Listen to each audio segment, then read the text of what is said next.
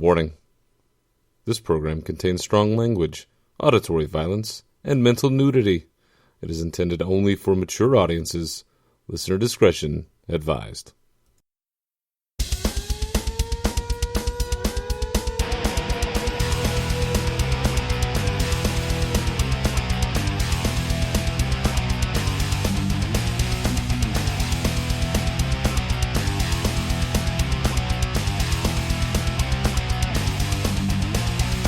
Hail to thee, my brothers and sisters of Warcraft, and welcome back to the experiment that is Unshackled Fury, your uncensored home for all things Warcraft. I am still your host, Berserker, and in this week's episode, love is in the air as we talk about Blizzard's 25th anniversary, system requirements for Legion, the preview of a lore book called Chronicle, a little bit of Collector's Edition news, and of course, Furious History Part 3 with the Legion, and this time we'll be talking about one person in particular. And last but not least, I will also have a lament of the beta cycle as part of our Rage segment this week. But first, I want to say hi to my listeners that apparently I have overseas. I don't know how you found me, and frankly, I don't care. I'm just glad that you showed up. So, to my listeners in the United Kingdom, Belgium, the Netherlands, Canada, the Russian Federation, Bulgaria, Australia, and Taiwan, thanks for coming. Hope you stick around. And before we do get to the Rage portion, I wanted to talk real quickly about this period of time that we are all in right now with our beloved games. And really, it's the doldrums between the great patches that we have, where the big content patch is now come and gone. People are essentially finishing up with whatever they have with this patch, whether it's still working through Hellfire Citadel. I know we are, in my raid team, on Archimond, on Heroic. We're looking just beyond the horizon to see our Sparkle Mooses, and then, well, probably going to be taking a break for a little while. Many teams have already reached that point long ago. Some people are still looking to get there. What do we do during this time? Well, that is the great question. For some, it's as simple as we're taking a break. We're canceling our subscription, save a couple bucks a month, spend it on, I don't know, whatever you want to spend it on. Hookers and beer, Cheetos, Hot Pockets, whatever your flavor. There's always that option. Just take that $15 and run. For some people, it is continuing to raid, like myself. Maybe you're selling some Moose Mount runs. Those could be fairly lucrative. For others, it's running alts. I think that this is a great time, particularly with garrisons. If you don't have your alts up and running, get it going, because that thing is a fucking gold mine. I know I have never been as rich in this game as I am right now, and I have like 1.5 alts. People that know me know I don't like alts. I don't do alts. I'm super lazy. Once I see content, I like kind of seeing it again, but I don't know. There's a commitment issue there. Maybe that speaks more about me than the game. But this is a tough time, and I do hope that as the expansions progress, that Blizzard gets a better sense of their timing. You know, maybe if something is ready, well, maybe you hold on to it for an extra month or two. Because instead of having, I don't know, a year between patches, maybe you only have 10 months, 9 months. Still super long, especially when it comes to the end of an expansion. But it is a little bit more palatable to take than just the endless nightmare that is what happened with ICC and what happened with Siege of Orgrimmar. I'm telling you, I think babies were conceived, born, and walking in the period that occurred from the time Siege of Orgrimmar hit to when we had the pre-expansion patch. I could be wrong. I'm sure somebody out there can check my math, but man, that was a long goddamn time, and we're kind of heading in that same direction. I know this week I was looking at some information about the Legion Collector's Edition. I don't know if Amazon has this right, but they are saying that it's dropping on the 21st of September. I think the 27th was the drop dead date. Maybe the 21st was the drop dead date. So, you know, their terminology of that is a little suspect. Be that as it may, this is a tough time. I think a tough time for everybody. I'm curious to hear what everybody else does. What your preferred method is. Are you taking breaks? Are you continuing to raid? Are you running your alts? Are you playing other games? For myself, I actually just finished Arkham Knight, the 100% completion. Got the full ending, which was kind of weird, but I've enjoyed having something else to spend my time with and do. But of course, Warcraft is always my first and really only love. I hope that by coming to you guys every couple of weeks, I'm helping to fill the void a little bit, bringing something maybe a little bit different to think about. But I'd be curious to hear what you guys think. So hit me up on Twitter, @BerserkerRage. Let me know what you think. And if I get enough responses, if I get any responses, if I get one person to respond, I'll put it out here. I'll put you up on the show and read what you got. So anyway, it is the doldrum times. I wish all of you luck in surviving this period. And with that, let's get on to our rage portion of this week, which really is more of a lament. Let's rage! So in our collective sphere of influence right now, we have two games that are part of the Blizzard franchise that are in what I consider to be beta states. We have, of course, the Legion Alpha, as they're calling it right now, and we also have the Overwatch beta going on. And it's very curious to watch as the beta cycle goes on, and it's not something that really angers me as much as it is kind of make me sad. And that every beta kind of goes through the same cycle, and the timing of it is essentially what drives whether the beta was, in my opinion, a good one or a bad one. At first, with everything, there's the announcement of the beta. And don't get into this bullshit with me about semantics that the alpha is what's going on with Legion. That's a beta. Alpha is the kind of crap that they give to friends and family that we never see, and that gets data mined, and then people get in trouble. It's a beta. Give me a break. So there's an announcement that there's a beta, and everybody gets excited, and you log into your account, and you make sure, okay, did I check all the boxes? Are my system requirements good? Am I set to go? Yes. Am I a long-time player? Yeah. Does that help my chances? Maybe. I don't know. I own all the franchises. I do all of these things. I play a lot. I buy BlizzCons. I play Hearthstone and buy a bunch of shit on there, and I do all of these things. I'm very active. I'm very engaged. I should get a chance. I deserve to be in there. All right, here we go. And the first wave of beta announcements, it comes and it hits, and you check, and you're feverishly looking at your account, and you're looking at your Battle.net launcher and your account to see if it gets flagged. And for many of us and most of us, what do you see? Nothing. Absolutely fucking nothing. But if you go on, let's say, social media, what do you see? All of your podcasters have it. Well, I don't have it, but all of your established podcasters have it, and bloggers have it, and even people that may have thought about blogging at one time seem to have it. And your 13 of 13 Mythic streamers have it. Why not? They'll be showing it to everyone. They'll be on Twitch, assuming they have permission to do so, and they'll be out there. And then you have data mining, and you go to Wowhead, and there's all kinds of stuff popping up because of course they have access. Why wouldn't they? So then there's a bunch of information that pops up, and you scour these things, and you look at them, and you're like, oh man, this is so cool, or oh, that's shit, but I still want to try it. And you're digging all this stuff up, and you're looking around, and maybe you pop on a stream, and okay, well that looks kind of cool. Oh, that's a bug. That looks broken. Well, okay, maybe it's not so bad that it didn't get on, but oh man, look, here's all this other cool stuff. And you kind of watch, and you kind of wait, and people are talking about stuff on the streams, and you start to get excited. Man, I want to get in there. I want to see all of these things. And then the next wave of beta announcements comes out. And you're like, oh man, maybe I got flagged on this one. And you're looking, and you're waiting, and you're clicking on stuff, and you're like, oh, maybe I need to update. And then you check again, and you're waiting, and you see, oh, a couple more people got in, and maybe friends of some of these people got in, and you're waiting, and nothing. Still nothing. And there's more data mining, and there's all kinds of stuff going on, more streams, all these things happening, and you're waiting, and you're watching, and you're looking, and slowly your excitement starts to wane. Because as you're watching all of these things go on, you're not being able to participate. And this is the biggest thing about the beta, as far as I'm concerned.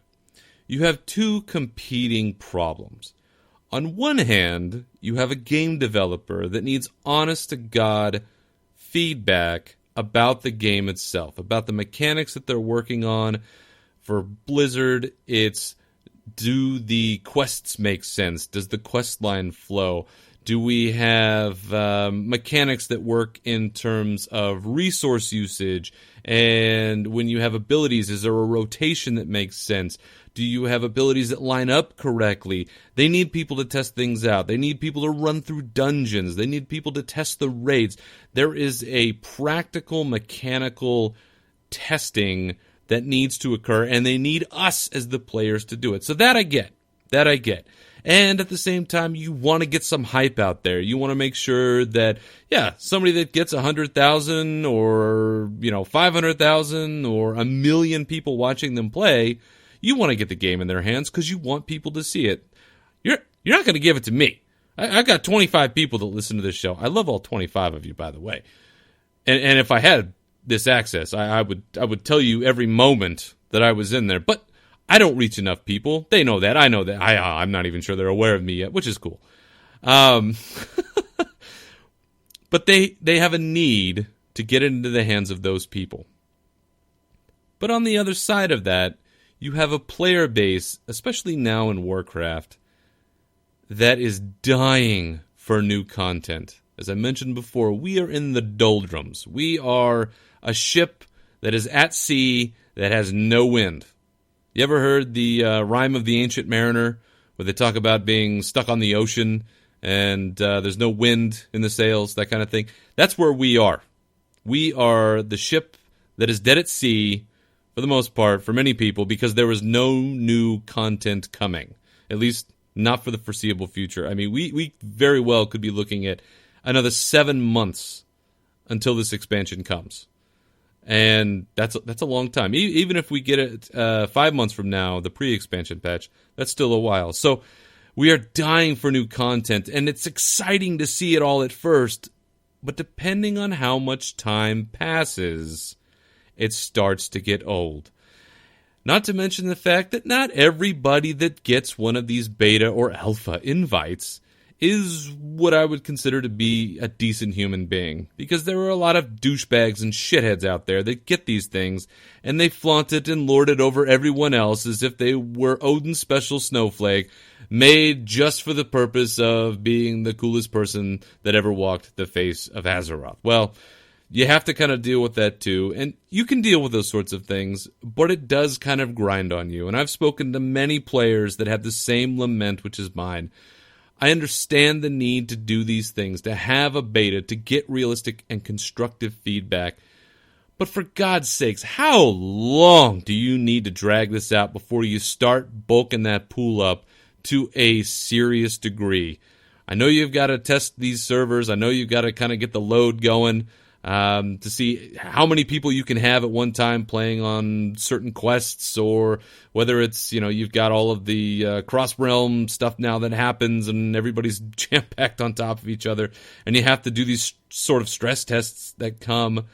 But when you're going months and months and months of seeing this new content and not being able to touch it, for someone like myself, I don't really watch streams. I don't really care to watch other people play a game that I want to play. I want to get in there. I want to get my hands on it. I'll offer you constructive criticism. Maybe I'm not a 13 of 13 Mythic Raider, and maybe I don't understand every single mechanic in the nittiest, grittiest detail. But to be quite honest, I think that that's also the kind of feedback that is important, which is the everyday average player. Does something seem intuitive? It's a very simple question, but it's one that honestly can only be answered by the casual player or just the everyday player that is not exactly a theory crafter. I know that casuals get a lot of shit. We all have to deal with them. I think that I'm probably considered a casual in many respects, but at the same time, I think that our opinion of these things is important, and it just does not seem right now like there is enough of that being offered. And I'm not saying I have to have it. It doesn't really make a huge difference to me. Yes, it does get a little long in the tooth, but I know too many players that do not have this kind of access that would be able to provide a wealth of feedback to you, the developers that are out there. I doubt you're listening to this, but let's say someday you ever do.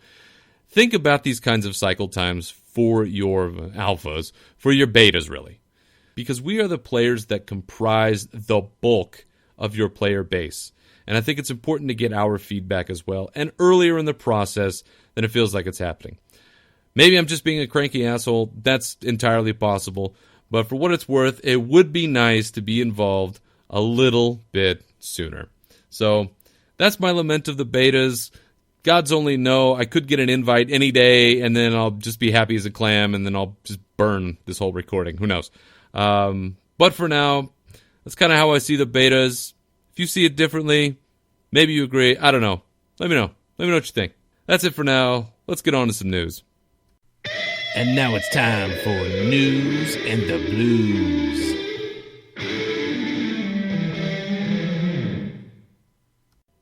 So this first bit of news happened a couple of weeks ago, but I did want to give my own celebratory salute. So Blizzard Entertainment, back on February the 8th, celebrated their 25th anniversary as a company.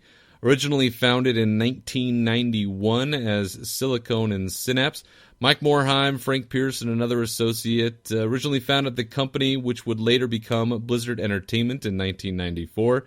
And since that time, of course, they have done what we all know them for, which is releasing Warcraft, Diablo, which they acquired through the acquisition of another company, StarCraft, all of the franchises that we know and love today.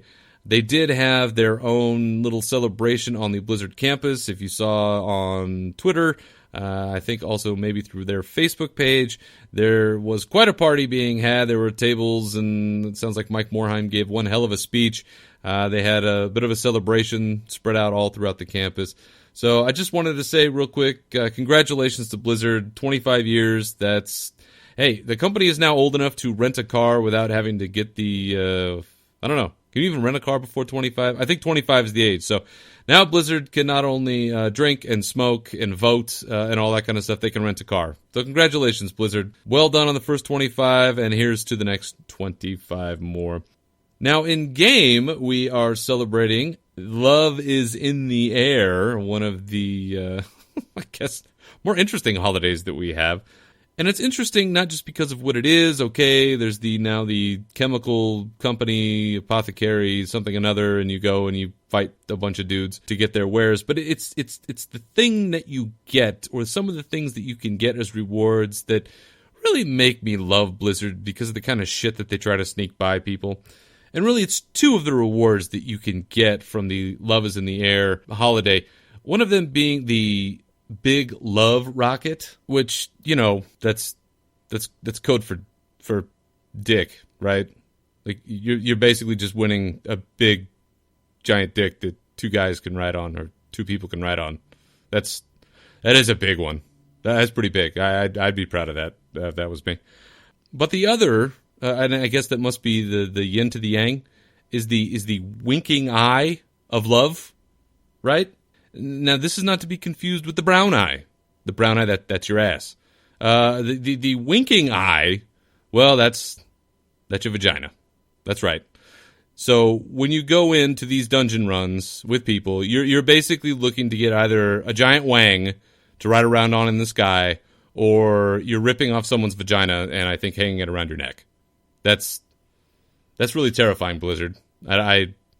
I don't know what decision that was made or how that decision was made, but, hey, you're pushing the envelope, and I really appreciate that. So, Love is in the Air. You're in town till, I think, the 29th? 29th? Yeah, the 29th. That sounds right. So, until the 29th, you have the chance to win somebody's big giant dick or have their vagina hanging around your neck. So, good luck with that. I wish you all the best on that. Next, on the heels of my little talk last time about how I finally got a new rig, got a new computer running, man, I'm glad that I did, because this week we were made privy to the system requirements that will be necessary to run Legion when it finally comes out. And what I find interesting about that is originally Blizzard put up a post saying the system requirements for Legion are much higher than the requirements for Warlords of Draenor. Make sure your computer meets these requirements before purchasing the Legion expansion. And then they went and changed it, so now it just simply says the system requirements for Legion differ from the requirements for Warlords of Draenor. So let's take a look at what we have. And for the minimum requirements, this is the minimum requirements now to run Legion. So get a pen and paper or just pull this up on the internet if you're so inclined. The operating system they are recommending is nothing less than Windows XP. I mean, I don't even know. If you've been playing on Warcraft on anything less than that, I congratulate you, because I don't even know what that would be anymore. But essentially, any version of Windows will play as long as you have XP or later. So that's XP, Vista, 7, 8, and 10.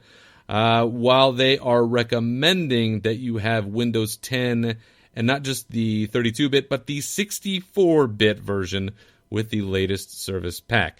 As far as your processor goes, for the minimum requirements, they're looking at an Intel Core 2 Duo E8500 or AMD Phenom 2 X3 720, while the recommended specifications for a processor is an Intel Core i5 3330, so 3330, or an AMD FX 6300 or better. And let me tell you, as somebody who's always had Intel, the difference between an i5 and a Core 2 Duo is huge. It's a big damn difference. So if you're running on an old machine, I wish you luck. I know, having upgraded mine recently, the processor was a big deal. You can have all the memory you want, you can have all the video cards you want, but if your processor is garbage, man, that makes a huge difference, especially with Warcraft. It makes a big, big difference. As far as a video card goes, we are looking for minimum requirements for Legion for video card, an NVIDIA GeForce GT 4400, an AMD Radeon HD 5670, or Intel HD Graphics 5000. Okay, not huge, not a big deal, but remember, this is probably running with all of the settings turned down. Everything turned down. You've got practically nothing. I mean, you're looking at an empty field and a dude that's wearing, very low-res stuff. You don't see anything. You'll probably die a lot because you can't see crap on the ground when you're supposed to not be standing in poo. So technically it'll run, but it won't look very good. Recommended specifications. So this is your recommended video card. NVIDIA GeForce GTX 750 Ti or AMD Radeon R7 260X or better. This is a fairly decent card. You're probably going to have to spend, $100. Maybe $100 on something like this. If you can get one, hell, get two. That was my motto. For RAM, 2 gigabytes minimum, 4 gigabytes recommended. I think that's pretty doable. Most computers nowadays, even a cheap one, you can jam a lot of RAM in there. And as far as storage goes, this is a big one. 45 gigabytes of available hard drive space. You're probably already taking up a ton now with your existing game, but if you've never played Warcraft before and you're jumping in now, because I have a feeling we'll get a bunch of new people following the release of the movie in June, 45 gigs, that's some space. So if you're running on an older machine, definitely something to think about. This might be the time that you want to upgrade. I know it's one of the things that got me to finally do it, so something to think about as we move on into Legion. And finally this week, I wanted to bring up a piece of news that I was really glad finally hit this week, and it involves the World of Warcraft Chronicle Volume 1. Now, this is a book that Blizzard teased quite some time ago. They had a video about it some months ago where all of the big guys, Metzen and all of the guys came out and talked about how this Chronicle book is going to be the essential lore book for World of Warcraft. That it's going to harmonize a lot of the history of not just the game, but the universe that the game exists in.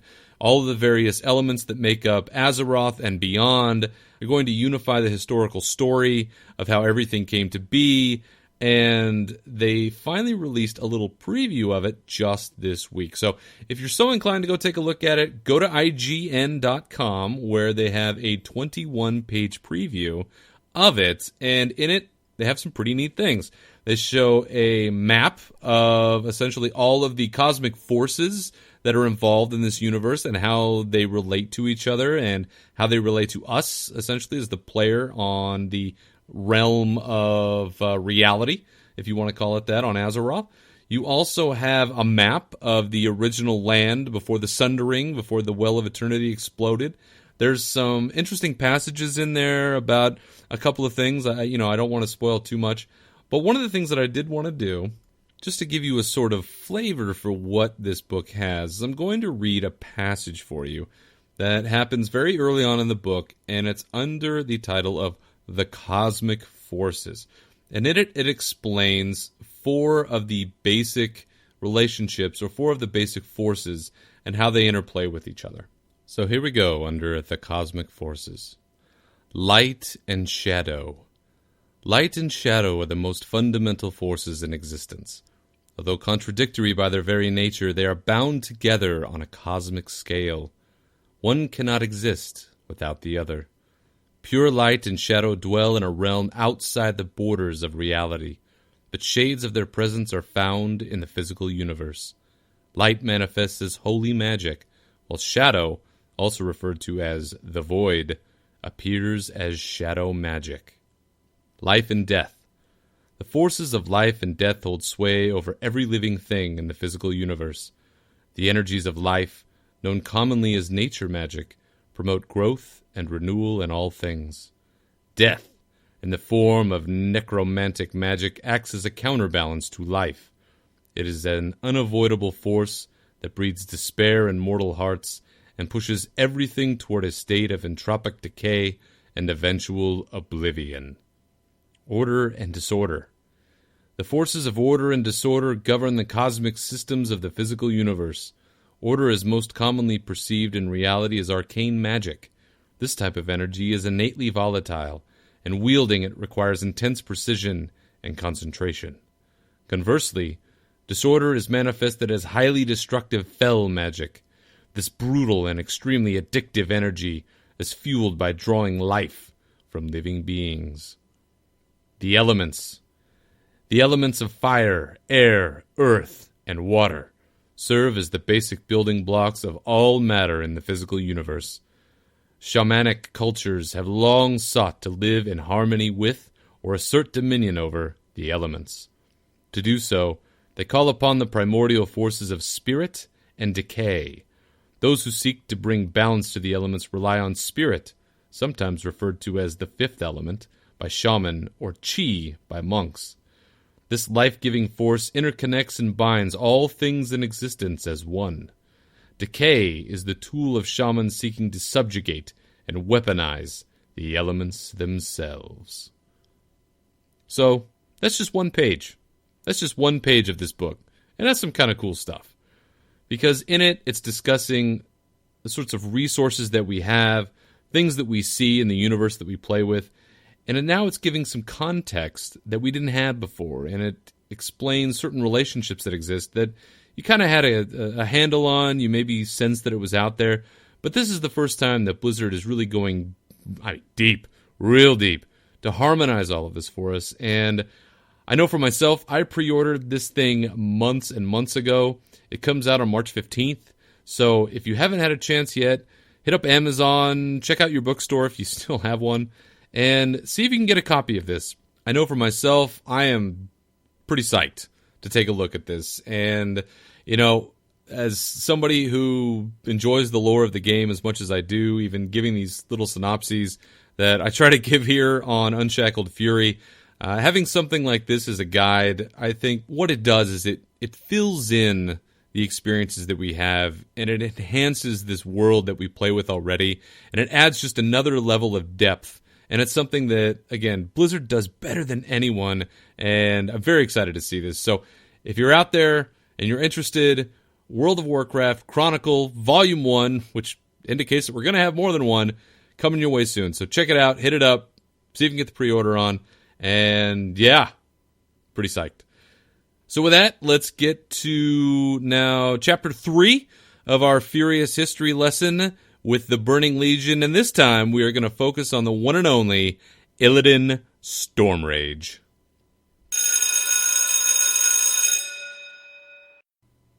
With few exceptions, there are very few characters in Warcraft that have earned the devotion of Illidan Stormrage. His motives are always unclear, but what we do know is that following the events of the First Legion invasion, He tried to create a second well of eternity with some water he had secreted away from the original well, but this was pretty short-lived, and as a result, he was sentenced to a lightless prison for all of eternity. There he stayed for 10,000 years, guarded by a contingent of night elves, including a sentinel by the name of Maiev Shadowsong. It was from this prison that he was freed by none other than Tyrande Whisperwind herself, who believed, despite the objections of Malfurion, Illidan's brother, that he could help them stop a recent Legion incursion. Fueled by his love for Tyrande, Illidan agreed to stop the Legion and then leave forever. Intending to prove his brother wrong, Illidan led a force of Night Elves into Felwood, where he found the pre-Lich King Arthas under the influence of Ner'zhul, who engaged him in combat. When it was clear that they were equals in strength, Illidan halted the fight and demanded to know why Arthas had attacked him. As was his part to play in all of this, Arthas informed Illidan of the Skull of Gul'dan, which we covered in the last episode, and which you can also see in the Burning Crusade intro cinematic, and it was explained to him that if the skull was destroyed, the Legion would be stopped, and the skull itself was even the source of great power. Illidan was eventually successful in shattering the demonic seal on the skull, and consumed the power within, transforming this once great Night Elf warrior into a fantastic-looking demon.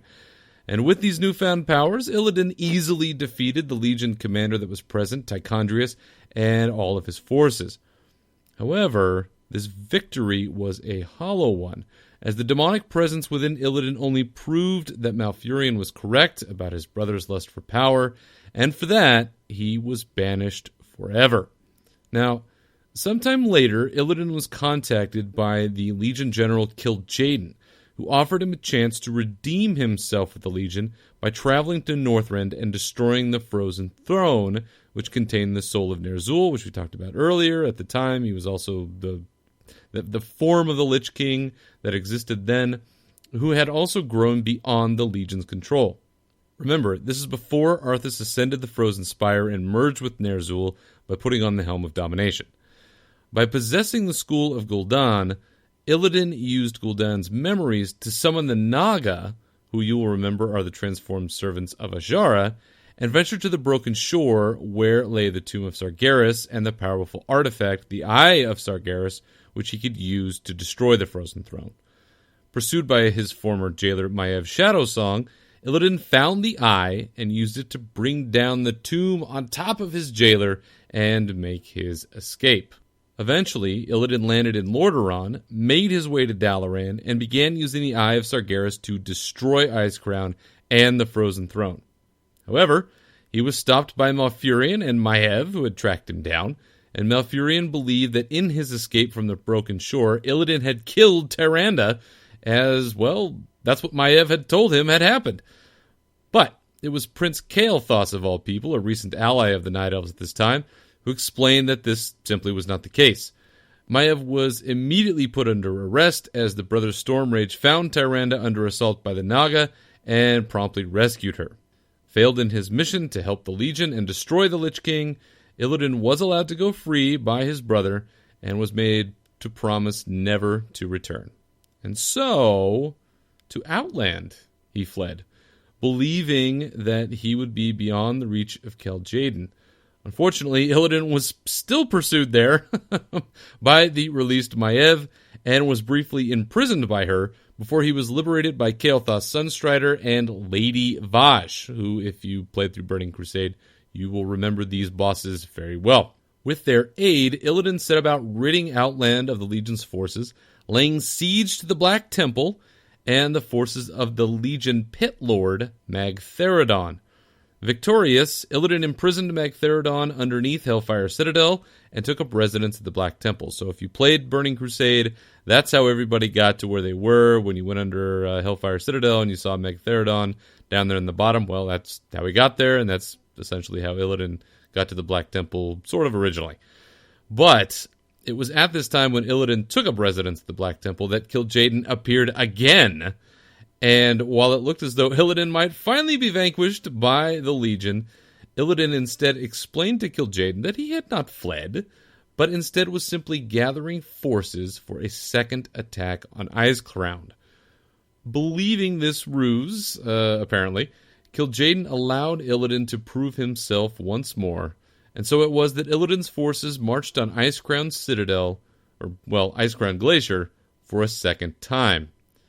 Knowing Illidan's forces were nearing, Ner'zhul called his champion Arthas to Northrend, and it was there that Illidan and Arthas met in a very famous showdown at the base of the Icecrown Glacier. While the two had been equally matched in their first encounter, the future Lich King proved to be superior on the rematch, and Illidan was struck down in combat, badly wounded, and left to die as Arthas ascended the Frozen Spire, and that's a whole other cool story. Knowing that they could not win, Kael'thas and Lady Vaj took Illidan back to Outland, defeated in their quest to help the Legion once more. Upon his return, Illidan rallied his forces, claimed the title of Lord of Outland, and prepared for the day Kil'jaeden would enact his revenge. However, it was not Kil'jaeden, but instead Akama and his broken Draenei, who had previously pledged their fealty to Illidan, who led Maiev Shadowsong and a group of adventurers, yeah, it's us, on an assault of the Black Temple. Ultimately, Maiev and the adventurers were victorious, and Illidan was killed at the top of the Black Temple. Following his death, Illidan's body was taken to the vault of the Wardens on the Broken Isles, as was his surviving followers, the Illidari. And so, it is here that the story of Legion really begins, and the third invasion of the Burning Legion takes place. With our recent adventures in the alternate Draenor in Warlords of Draenor, a second version of Gul'dan is now alive, one with more power than before, as strong a link to the Burning Legion as has ever been present, and with the knowledge of his doppelganger's fate. Based on the teaser cinematic released in August, we know this Gul'dan has found the body of the once great Illidan, and it appears the Night Elf Demon of Lore is going to be resurrected with only a hint as to the purpose of this revival. So that's it. That's my 3-part basic wrap-up of Burning Legion history, the major high points of what you need to know heading into Legion, why all of this is important, who all of these major players are. I've left out many, many side stories. So again, I encourage you to read all of this on your own time. There is a wealth of background information about all of these players, what their motivations are. But this, right here, these last 3 parts that I've given you over the last 3 episodes, this should be your basic guide going into Legion as to who is important and why. I hope you've enjoyed it. So that wraps up episode 7 of Unshackled Fury. Thanks again for coming along on this crazy-ass ride of mine and continuing along with this experiment. I really do appreciate you guys listening every episode, and thank you. Thank you for your support. And spreading the word on Twitter is pretty much the biggest thing I've got. So tell your friends, tell your coworkers, tell your mom. I still love her. You can always follow me at Berserker Rage on Twitter. The show here can be found on SoundCloud, on iTunes, and now on Stitcher.